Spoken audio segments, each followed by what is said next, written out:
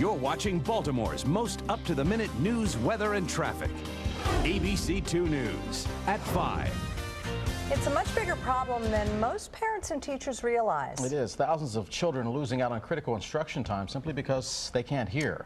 ABC2 News education reporter Jenny Glick has the story of a mother who is on a crusade to make sure that children who don't sit in front and center don't wind up behind. This one has a little star. This one has a little car. Good. Christopher DeMalley is a good reader now, but a few short months ago, he was struggling. He seemed to know all of his letters, but he couldn't put them together to say the alphabet. He could not. So his parents did some testing and soon found out that Christopher is one of an estimated 15% of children nationwide that has trouble hearing. I mostly don't hear when people are like reading a book.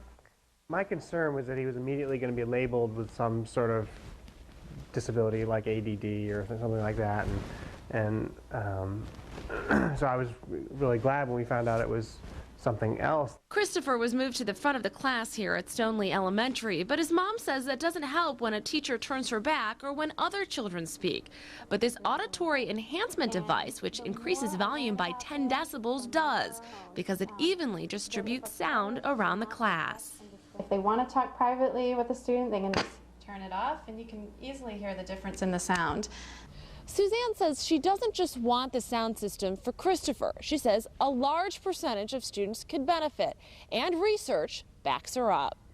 Studies show students in Utah using the system saw a significant jump in test scores.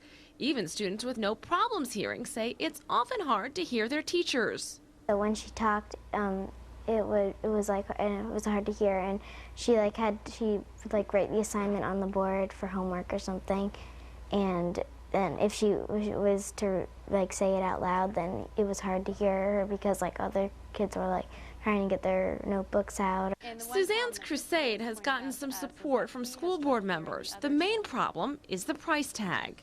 Installation cost of somewhere in the multi-million-dollar area, $6 or more million. And, I can't say $6 or more million and say inexpensive in the same breath.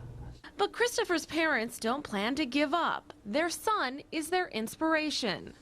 I really like this, the sound enhancement system, and I wish it was in every school, but it's not in every school.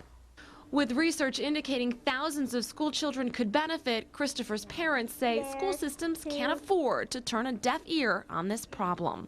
In Baltimore County, Jenny Glick, ABC2 News.